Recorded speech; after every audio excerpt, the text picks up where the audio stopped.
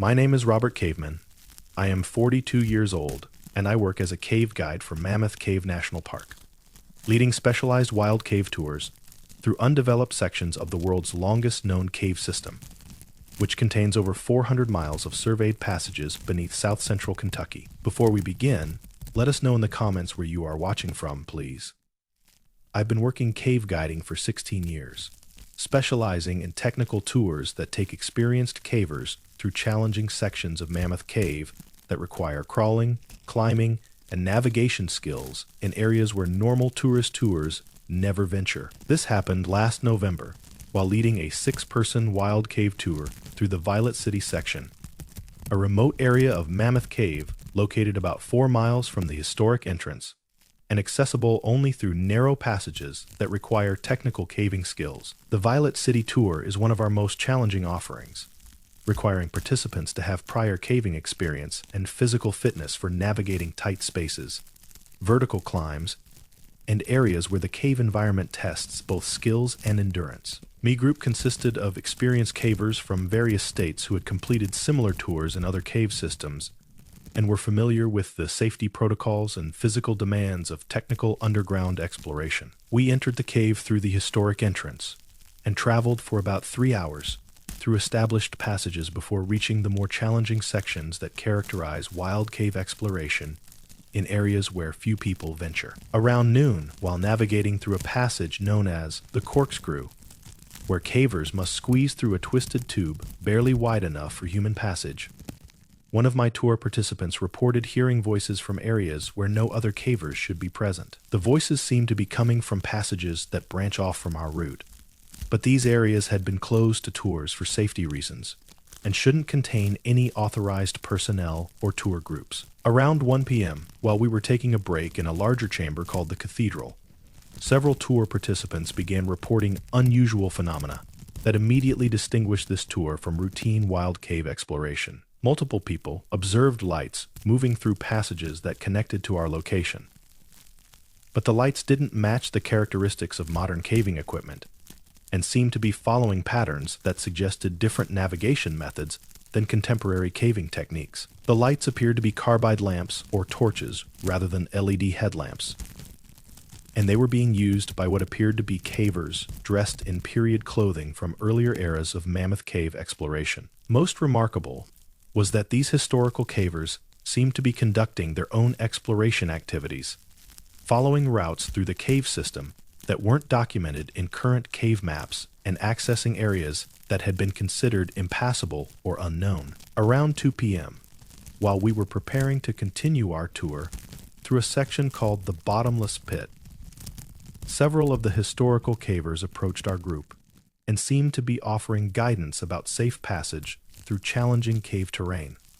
Though no verbal communication occurred, the historical cavers demonstrated navigation techniques and safety methods that exceeded our current understanding of Mammoth Cave geography and provided insights into passage routes that weren't documented in official cave surveys. Around 3 p.m., I observed what appeared to be a complete historical cave exploration in progress, with multiple teams of cavers from different time periods conducting systematic cave mapping and scientific investigation using methods that spanned over a century of Mammoth Cave research. The historical exploration included activities that seemed to be documenting cave features, water systems, and geological formations with scientific rigor that suggested ongoing research projects that weren't limited by contemporary cave access restrictions. Most fascinating was that the historical cavers appeared to be working together across different time periods, sharing knowledge and techniques that created a comprehensive understanding of cave systems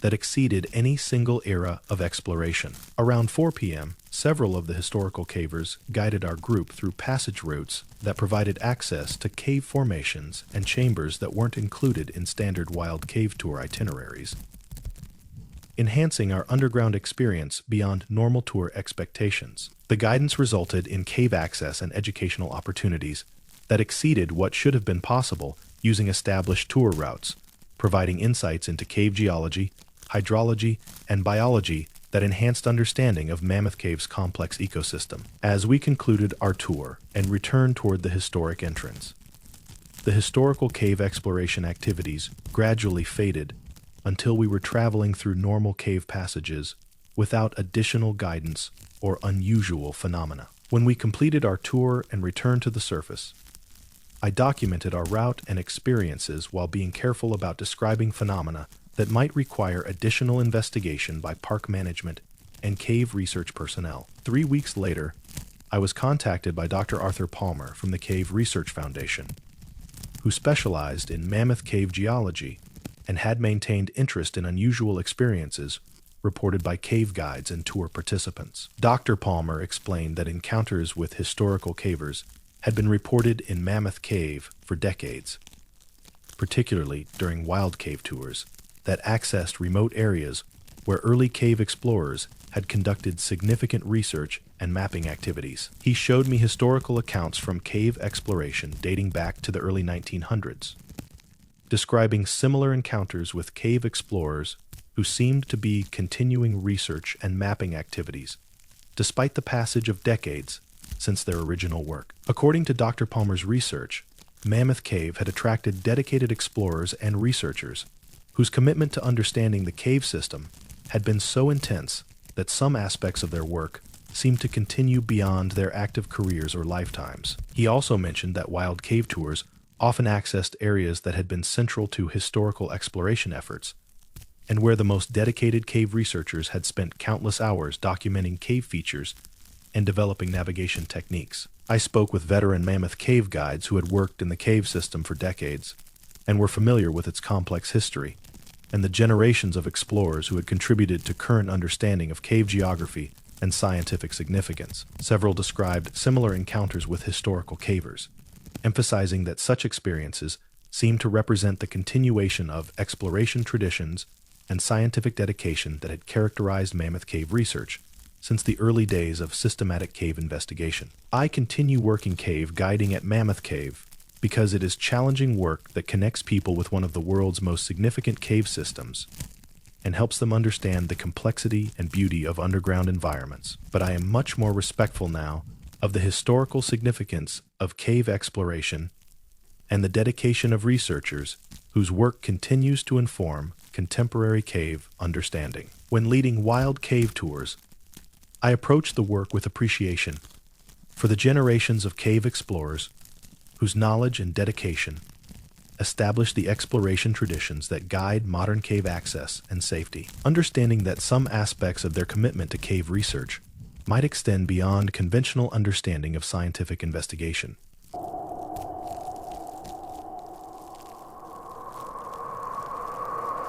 My name is Thomas Underworld. I am 37 years old, and I work as a search and rescue coordinator for the Kentucky Cave Rescue Team, specializing in emergency response for cave incidents throughout Kentucky's extensive cave systems, including Mammoth Cave National Park and surrounding karst regions, where underground emergencies require specialized rescue techniques. I've been working cave rescue for 13 years, responding to incidents involving lost cavers, medical emergencies, equipment failures, and other situations where people need assistance in underground environments that present unique challenges for emergency response. This happened last August while coordinating search operations for Patricia Chen, a 31-year-old cave guide from Mammoth Cave National Park, who had been leading a research tour in the wild cave sections and had disappeared during what should have been a routine educational expedition. Chen was an experienced cave guide with 8 years of experience leading tours through Mammoth Cave's most challenging sections,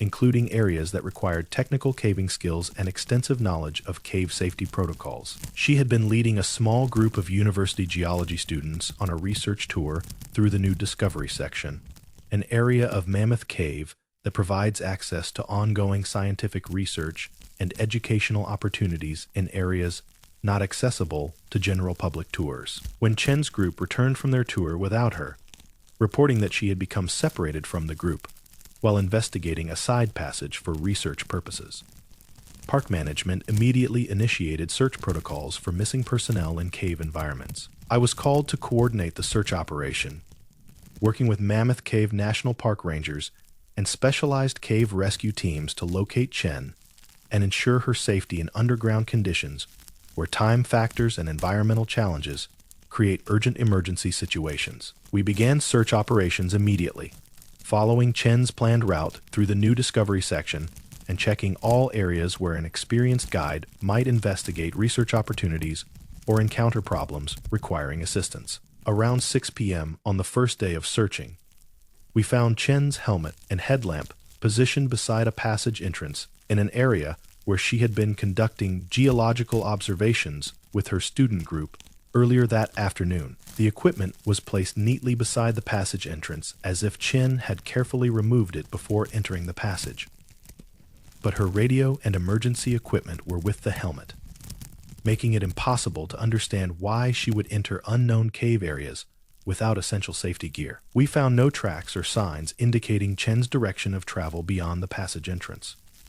Cave floors in that area consist of flowstone and hard rock that don't readily show footprints.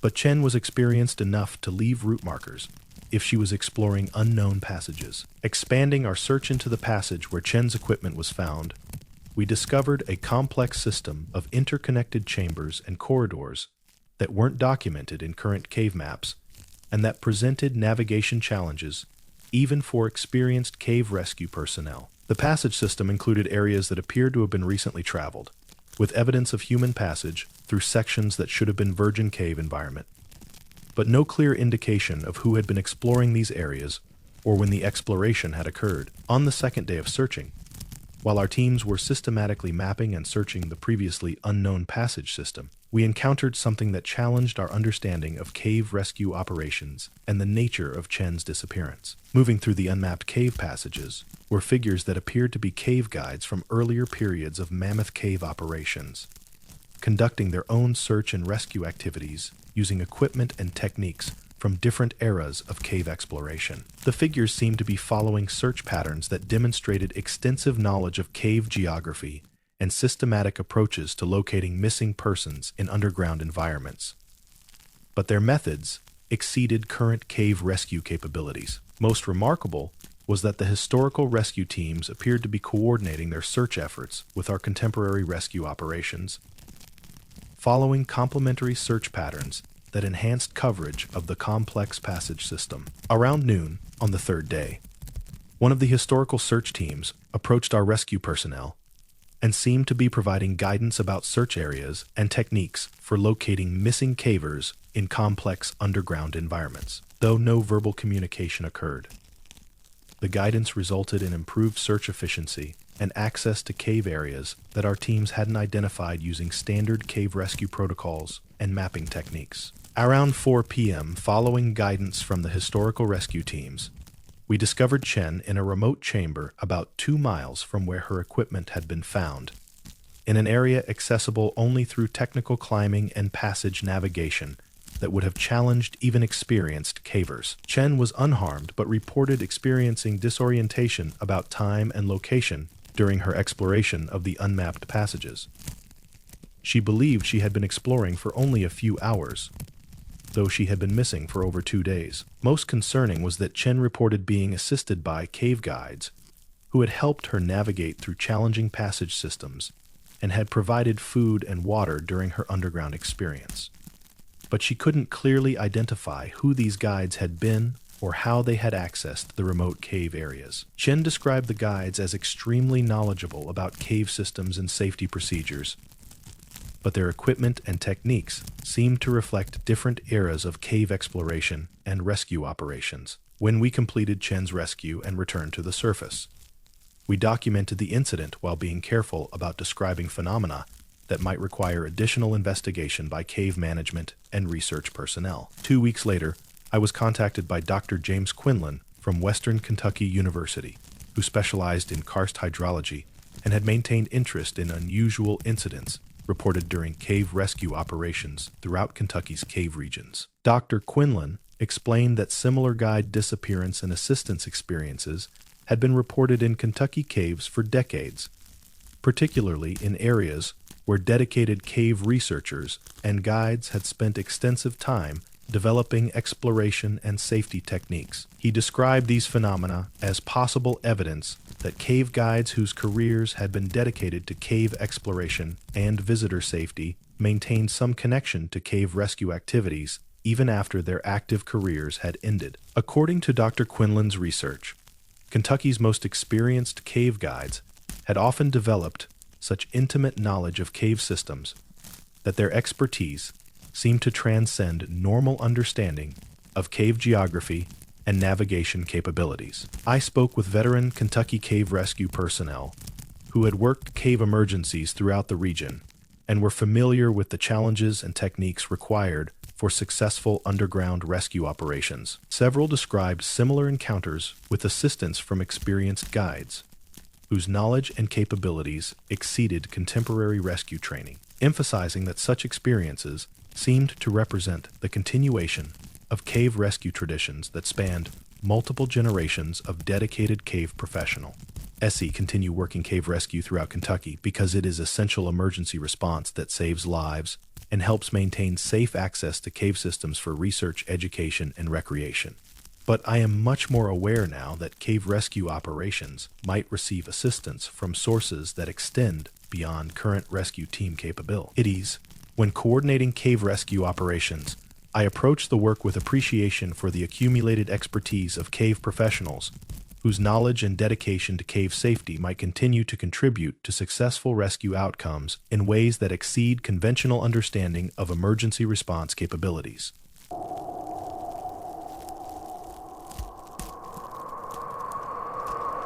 My name is William Subterranean. I am 49 years old, and I work as a cave biologist for the Kentucky Division of Water, conducting research on aquatic ecosystems in Kentucky's extensive cave systems, where I study endemic species that have evolved unique adaptations to permanent darkness and cave-specific environmental conditions. I've been working cave biology for 22 years, specializing in blind cave fish populations and other cave, adapted organisms that represent some of the most specialized evolutionary adaptations found anywhere in North America's underground environments. This happened last June while conducting population surveys of the Kentucky cave fish, Amblyopsis spelaea, in the underground streams of Mammoth Cave National Park, where I was documenting fish populations and behavior patterns in cave pools that support these rare and highly specialized aquatic communities. Kentucky cave fish are among the world's most adapted vertebrates, having lost their eyes and pigmentation while developing enhanced sensory capabilities that allow them to thrive in the perpetual darkness of underground cave streams and pools. I was working in the Echo River section of Mammoth Cave, using specialized research techniques that allow observation and documentation of cave fish without disturbing their sensitive ecosystem or interfering with breeding and feeding behaviors essential for population survival. The work involved underwater observation, using low-light cameras and passive monitoring equipment that could document fish behavior and population dynamics without creating disturbance that might affect these fragile aquatic communities. Around 10 a.m., while conducting fish counts in a pool system near the historic tour route, I began observing cave fish behavior that immediately distinguished this research session from routine population monitoring. I'd conducted over 22 years of cave aquatic research. The blind cave fish were exhibiting coordinated swimming patterns and social behaviors that exceeded anything documented in scientific literature about cave fish ecology and behavioral capabilities. Most remarkable was that the fish seemed to be responding to environmental cues that weren't detectable through normal research methods, following water current patterns and chemical gradients that suggested navigation abilities beyond known cave fish sensory adaptations. Around noon, while documenting fish feeding behavior in areas where cave streams provide nutrient input from surface water systems, I observed cave fish demonstrating knowledge of cave hydrology and ecosystem relationships that exceeded current understanding of their behavioral capabilities. The fish were systematically investigating cave pool systems and stream connections and patterns that suggested they possessed comprehensive understanding of cave aquatic environments, extending far beyond their immediate habitat areas. Around 2 p.m., I encountered cave fish behavior that challenged fundamental assumptions about cave fish evolution and adaptation to underground environments. Groups of cave fish were exhibiting social coordination and communication behaviors that seemed to involve methods beyond currently documented cave fish sensory capabilities.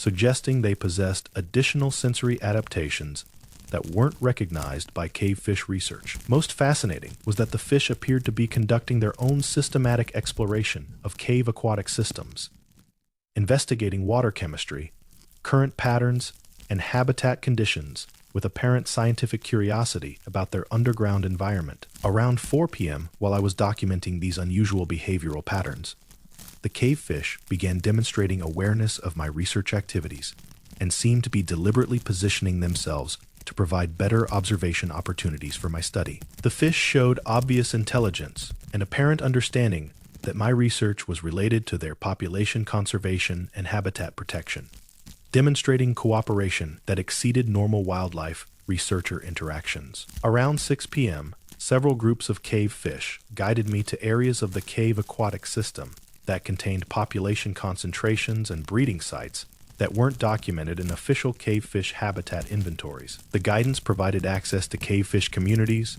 and ecosystem relationships that enhanced my understanding of cave aquatic biology and revealed conservation needs that weren't apparent through conventional cavefish research methods. Most remarkable was that the cavefish demonstrated knowledge of cave hydrology and water chemistry that exceeded my scientific training, showing me water quality conditions and habitat features that contributed to more effective cave ecosystem conservation strategies. As evening approached, the cavefish behavior gradually returned to normal patterns documented in cavefish research literature.